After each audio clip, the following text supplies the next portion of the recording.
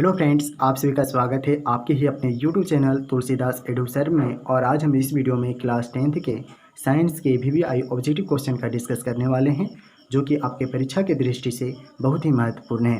Friend, आपके परीक्षा में इसी से अधिकतर प्रश्न पूछे जाएंगे, इसलिए फ्रेंड इस वीडियो को शुरू से अंत तक जरूर देखें। तो फ्रेंड स्टार्ट करते हैं फर्स्ट प्रश्न से। और आपका फर्स्ट प्रश्न है, विद्युत मोटर परिवर्तित करता है। तो विद्युत जो मोटर है वो किसमें परिवर्तित करता है वो आपको बताना है। इस प्रश्न का राइट आंसर होगा ऑप्शन बी, विद्युत ऊर्जा को यांत्रिक ऊर्जा में। तो विद्युत मोटर जो परिवर्तित करता है वो विद्युत ऊर्जा को यांत्रिक ऊर्जा में परिवर्तित कर देता है। और फिर नेक्स्ट प्रश्न है फ्रेंड आपका, विद्युन्मय तार सामान्यतः होता है। तो विद्युन्मय जो तार है वो किस कलर का होता है वो आपको बताना है। इस प्रश्न का राइट आंसर होगा फ्रेंड ऑप्शन बी होगा, लाल रंग का। तो विद्युन्मय जो तार है वो लाल रंग का होता है। वीवीआई क्वेश्चन है फ्रेंड, और यह प्रश्न जो है 2018 में पूछा गया था। ठीक है, आप इसे याद रखेंगे। और फिर देखते हैं नेक्स्ट प्रश्न को, विद्युत बल्ब के फिलामेंट में किस तत्व का उपयोग होता है। इस प्रश्न का राइट आंसर होगा फ्रेंड ऑप्शन ही होगा, टंगस्टन। ठीक है, तो विद्युत बल्ब के जो फिलामेंट में किस तत्व का उपयोग किया जाता है तो टंगस्टन का किया जाता है। ठीक है, और टंगस्टन को हम लोग W से सूचित करते हैं, यानी इसका संकेत जो है टंगस्टन का W होता है। ठीक है, तो विद्युत बल्ब के जो फिलामेंट है वो किस तत्व का उपयोग होता है तो टंगस्टन का उपयोग होता है। ठीक है, या फिर विद्युत बल्ब के जो फिलामेंट किसका बना होता है तो टंगस्टन का बना होता है। ठीक है, फिर देखते हैं नेक्स्ट प्रश्न को, वाट घंटा मात्रक है। आपको बताना है फ्रेंड, जो वाट घंटा मात्रक है वो किसका है। ऑप्शन ए में है, यानी ए में है आवेश का, ऑप्शन बी है धारा का, ऑप्शन सी है शक्ति का, ऑप्शन डी है ऊर्जा का। यानी इनमें से कौन, यानी किसका वाट घंटा मात्रक है वो आपको बताना है। इस प्रश्न का राइट आंसर होगा फ्रेंड ऑप्शन डी होगा, ऊर्जा का। ठीक है, तो ऊर्जा का जो मात्रक है वाट घंटा। ठीक है, और आपका नेक्स्ट प्रश्न है, एक साधारण प्रिज्म कितने सतहों से घिरा होता है। एक साधारण जो प्रिज्म है वो कितने सतहों से घिरा होता है वो आपको बताना है। इस प्रश्न का राइट आंसर होगा ऑप्शन सी होगा, 5। ठीक है, तो एक साधारण जो प्रिज्म है वो 5 सतहों से घिरा होता है। और आपका नेक्स्ट प्रश्न है, और बहुत इंपॉर्टेंट प्रश्न है फ्रेंड ये। ठीक है, और यह जो प्रश्न है फ्रेंड आपके परीक्षा में प्रत्येक बार जो होता है बोर्ड एग्जाम आपका, उसमें ये प्रश्न एक आता ही आता है। ठीक है, आप इसे बनाने जरूर सीखें, और आपको हम बताएंगे आपको बनाने के लिए। ठीक है, पहले हम क्वेश्चन को पढ़ते हैं। एक अवतल लेंस की फोकस दूरी 50 सेंटीमीटर है, तो इसकी क्षमता होगी। तो अवतल लेंस की फोकस जो दूरी है यानी 50 सेंटीमीटर दिया हुआ है, और आपसे पूछा है इसकी क्षमता। ठीक है, तो फोकस दूरी यानी किसी भी लेंस हो, यानी वो अवतल लेंस हो या उत्तल लेंस हो। ठीक है, बस इसमें ध्यान क्या रखना है वो आपको बताएंगे, आप पहले ध्यान दें। तो फोकस दूरी को हम लोग एफ से सूचित कर दें। एफ कितना है 50 सेंटीमीटर। ठीक है, और आपसे पूछा है क्या क्षमता, तो क्षमता निकालने के लिए हम लोग P बराबर 1/f। ठीक है, 1/f ये फार्मूला होता है, यानी किसी भी लेंस की क्षमता निकालने के लिए 1/f। और f जो है वो किस में होना चाहिए, मीटर में होना चाहिए। ठीक है, तो यहाँ पर क्या देखते हैं 1/f, f मेरा क्या है 50 सेंटीमीटर। ठीक है, और 50 को जब मीटर में बदलेंगे तो इसको 100 से भागा देंगे, और ये 100 जो क्या होगा ऊपर चला जाएगा। ठीक है, तो 50 से भागा देंगे 100 में, कितना बार में कटेगा 2 बार में। तो मेरा क्षमता क्या निकल कर आया 2 डायोप्टर। ठीक है, और लेंस की क्षमता का ऐसा ही मात्रक क्या होता है डायोप्टर।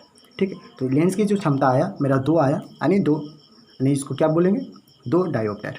ठीक है, लेकिन यहाँ पे आपसे पूछा क्या अवतल लेंस की क्षमता, तो अवतल लेंस की जो क्षमता निकल तक के आता है वो माइनस में आता है। ठीक है, तो -2 डायोप्टर जो है इस प्रश्न का राइट आंसर होगा। ठीक है, अगर आपके परीक्षा में अगर उत्तल लेंस की फोकस दूरी दे दिया होता रहता और आपकी क्षमता पूछता, जो इसकी क्षमता इसी फार्मूला से निकालेंगे जो सेम बताएं आपको। सिर्फ क्या करना है, उत्तल लेंस की जो क्षमता जो होता है वो धनात्मक होता है। ठीक है, और अवतल लेंस की जो क्षमता निकलता है वो माइनस में, यानी ऋणात्मक। ठीक है, बहुत इंपॉर्टेंट है क्वेश्चन, बहुत स्टूडेंट को देखते हैं ऐसे नॉमरिकल जब आता है और वो क्या करता है क्वेश्चन को परीक्षा में छोड़ के चला आता है, तो आपको छोड़ना नहीं है, आप इसे बनाइएगा। ठीक है, तो देखते हैं नेक्स्ट प्रश्न को। प्रतिबिंब का आकार हमेशा वस्तु के बराबर है तो दर्पण होगा। इस प्रश्न का राइट आंसर होगा ऑप्शन सी, समतल। प्रतिबिंब का जो आकार है हमेशा वस्तु के बराबर है तो दर्पण होगा, तो यह समतल होगा। ठीक है, तो समतल जो दर्पण है फ्रेंड, प्रतिबिंब जो बनाता है वस्तु के बराबर बनाता है। ठीक है, बहुत इंपॉर्टेंट है फ्रेंड, आप इसे याद रखेंगे। देखते हैं नेक्स्ट प्रश्न को। जल में हाइड्रोजन तथा ऑक्सीजन की परमाणु संख्याओं का अनुपात है। यानी जल में हाइड्रोजन तथा ऑक्सीजन की परमाणु संख्याओं का अनुपात आपको बताना है। तो इस प्रश्न का राइट आंसर होगा ऑप्शन बी, 2:1। तो आप फ्रेंड पूछेंगे ना कि 2 क्यों आता है, 2:1। तो देखिए जल का जो अणुसूत्र होता है H2O होता है। ठीक है, और आपसे पूछा क्या है, हाइड्रोजन तथा ऑक्सीजन की परमाणु संख्याओं का अनुपात, यानी जल में। तो जल का अणुसूत्र होता है H2O, तो हाइड्रोजन में 2 अणु, ठीक है, और ऑक्सीजन में 1 अणु, तो दोनों का अनुपात क्या हो जाएगा, 2:1। ठीक है, 2:1। तो जल में हाइड्रोजन तथा ऑक्सीजन की जो परमाणु संख्याओं का जो अनुपात है तो 2:1 है। ठीक है, आप समझ गए होंगे फ्रेंड। फिर देखते हैं नेक्स्ट प्रश्न को।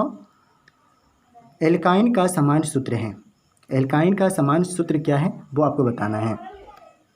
इस प्रश्न का राइट आंसर होगा ऑप्शन डी, CnH2n, है ना, और -2। ठीक है, एल्काइन का सामान्य सूत्र है। ठीक है, आपसे याद रखें, आपके परीक्षा में यह भी पूछ दिया जाता है। फिर देखते हैं नेक्स्ट प्रश्न को। लोहे की परमाणु संख्या है, यानी आपको फ्रेंड, यानी आपसे जो पूछा गया है आयरन, ठीक है, Fe की परमाणु संख्या। इस प्रश्न का राइट आंसर होगा ऑप्शन बी, 26। ठीक है, तो लोहे की जो परमाणु संख्या होती है वो 26 होता है, यानी Fe। ठीक है, Fe जो है लोहे का संकेत है। ठीक है, इसको Fe से संकेत करते हैं। तो देखते हैं नेक्स्ट प्रश्न को। कठोर जल को मृदु बनाने के लिए सोडियम के किस यौगिक का उपयोग किया जाता है। तो इस प्रश्न का राइट आंसर होगा ऑप्शन सी, Na2CO3। ठीक है, Na2CO3 यानी सोडियम कार्बोनेट। ठीक है, सोडियम कार्बोनेट यानी कठोर जल को मृदु बनाने के लिए तो सोडियम के किस यौगिक का उपयोग किया जाता है, तो सोडियम कार्बोनेट। ठीक है, अब फ्रेंड एक चीज़ पॉइंट याद रखिएगा कि सोडियम जो कार्बोनेट, ठीक है, Na2CO3, इसको धोवन सोडा कहते हैं। ठीक है, आप इसे याद रखेंगे, धोवन सोडा। आपसे परीक्षा में बहुत बार देखें पूछ दिया जाता है प्रश्न, या फिर पूछा गया है कि धोवन जो सोडा का रासायनिक सूत्र बताएं। तो धोवन सोडा का रासायनिक सूत्र है Na2CO3। ठीक है, और आप ऑप्शन डी देख रहे हैं, NaHCO3, इसको कहते हैं सोडियम बाइकार्बोनेट। ठीक है, सोडियम बाइकार्बोनेट, और यह खाने वाला सोडा है। तो फ्रेंड आपके परीक्षा में अगर पूछा जाए या पूछ दिया जाए कि खाने वाला सोडा का रासायनिक सूत्र क्या होता है, तो NaHCO3। ठीक है, और आपको धोने वाला सोडा का रासायनिक सूत्र बोले तो आप Na2CO3 बताएंगे, और Na2CO3 को यानी सोडियम कार्बोनेट, और खाने वाले सोडा को सोडियम बाइकार्बोनेट। तो आप दोनों को याद रख सकते हैं, खाने वाला सोडा बोले तो सोडियम बाइकार्बोनेट, यानी बाई याद रखिएगा। ठीक है, तो फ्रेंड आपको दोनों पॉइंट याद हो गया होगा। तो देखते हैं नेक्स्ट प्रश्न को, और आपका नेक्स्ट प्रश्न है, कौन सा अधातु विद्युत का सुचालक है। इस प्रश्न का राइट आंसर होगा ऑप्शन बी होगा, ग्रेफाइट। ग्रेफाइट अधातु है, लेकिन वो क्या है, विद्युत का सुचालक है। ठीक है, तो यहाँ पे बहुत इंपॉर्टेंट प्रश्न है फ्रेंड, अधातु यानी कौन सा जो अधातु है जो विद्युत का सुचालक है। तो ग्रेफाइट जो क्या है, अधातु है, लेकिन वो विद्युत का क्या है, सुचालक है। ठीक है, तो फिर देखते हैं नेक्स्ट प्रश्न को। निम्न में से कौन अम्लीय है, यानी इनमें से कौन अम्लीय है वो आपको बताना है। तो इस प्रश्न का राइट आंसर होगा ऑप्शन ए होगा, pH बराबर 3। pH बराबर जो 3 है वो क्या है, अम्लीय है। तो फ्रेंड आपको pH स्केल बताए होंगे, अगर आप नहीं देखें फर्स्ट वाला वीडियो तो आप फर्स्ट वीडियो देखें, यानी प्रैक्टिस सेट 1 का साइंस का वीडियो देखें, उसमें pH स्केल बता दिए। लेकिन फिर इसमें भी बताते हैं फ्रेंड, आप ध्यान देंगे। pH स्केल में 0, ठीक है, ध्यान दीजिएगा, 2, 1, 2, 3, 4, 5, 6, 7, 8, 9, 10, इस तरह 14 तक। ठीक है, तो 7 से अगर कम होगा फ्रेंड, अगर जिस पदार्थ का जो है pH स्केल जो है 7 से कम होगा तो वह अम्लीय होगा, ठीक है। 7 से अधिक होगा जिसका pH मान, वो क्या होगा, क्षारीय होगा। और जो 7 के बराबर होगा वो उदासीन होगा। तो 7 से यहाँ पे आपसे क्या पूछा है, कौन अम्लीय है, तो देखते हैं 10, 9, 8 ये सारे क्या हैं, 7 से अधिक हैं। जब 7 से अधिक है तो वह क्षारीय है, 7 से कम है तो वह अम्लीय है। तो इस सारे ऑप्शन में देखते हैं pH बराबर 3 जो है 7 से कम है, तो 7 से जो कम होता है वो अम्लीय होगा, ठीक है। तो इस प्रश्न का राइट आंसर क्या होगा, ऑप्शन ए। तो आप याद रखेंगे फ्रेंड, अगर 7 से जिसका pH स्केल मान जो 7 से अगर कम है तो वह अम्लीय है, 7 से अधिक है क्षारीय है, 7 के बराबर है तो वह क्या है, उदासीन है, ठीक है। यह बहुत इंपॉर्टेंट है फ्रेंड, आपसे परीक्षा में एक या क्वेश्चन इससे ज़रूर पूछता है, आप इसे ज़रूर याद रखें।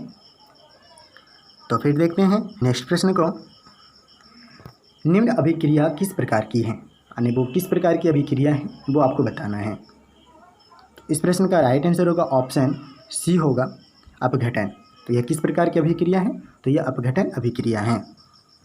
तो देखते हैं फ्रेंड नेक्स्ट क्वेश्चन को,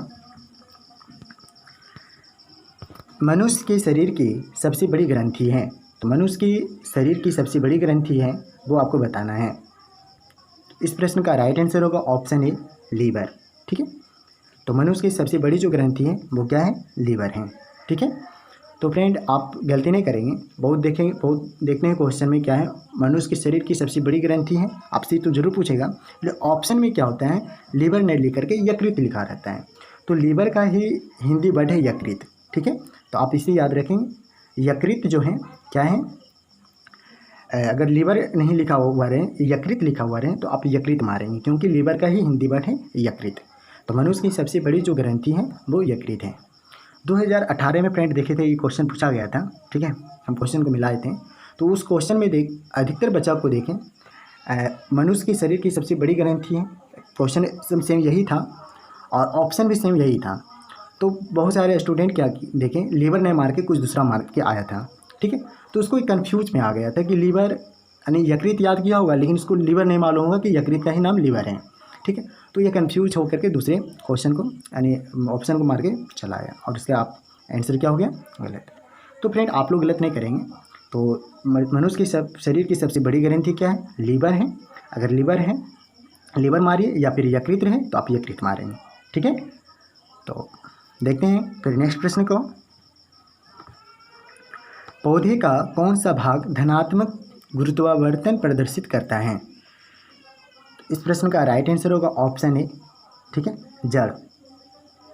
ऑप्शन ए होगा इस प्रश्न का राइट आंसर। पौधे का कौन सा भाग धनात्मक गुरुत्वानुवर्तन प्रदर्शित करता है। तो गुरुत्वानुवर्तन प्रदर्शित करता है, तो पौधे का कौन सा भाग, तो जड़ जो है क्या है, धनात्मक गुरुत्वानुवर्तन प्रदर्शित करता है, ठीक है, इसे आप याद रखेंगे।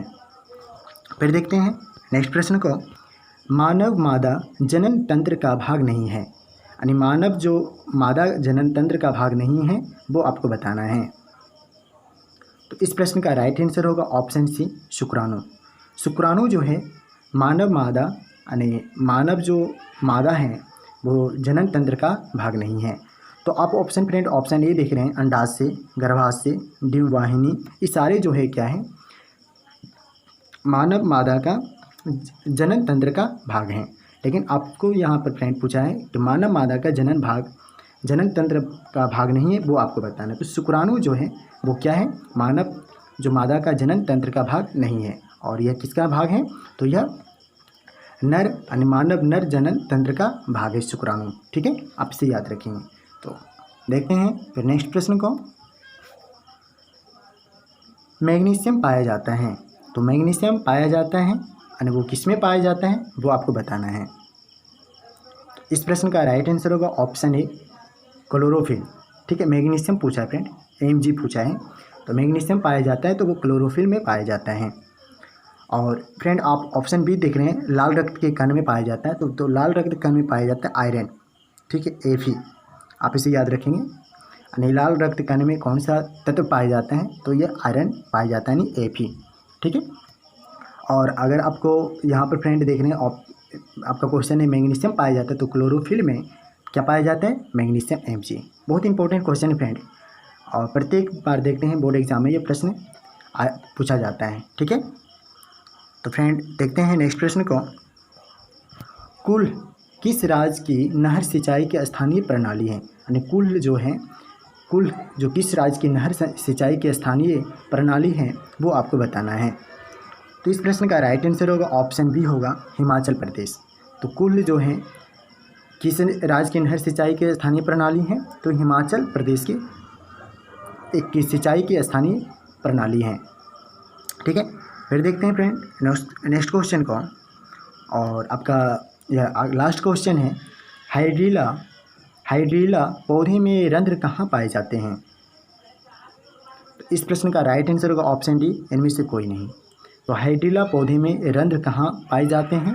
तो इनमें से कोई नहीं, यानी पत्तियों एवं तनों दोनों पर, तना पर, यानी इनमें से कोई किसी पर नहीं। तो फ्रेंड मैंने जितने भी आपको साइंस का ऑब्जेक्टिव क्वेश्चन का डिस्कस किए हैं, सारे आपके परीक्षा की दृष्टि से बहुत ही महत्वपूर्ण हैं। तो फ्रेंड फिर इसी तरह के नेक्स्ट वीडियो में मिलते हैं। तब तक के लिए थैंक यू।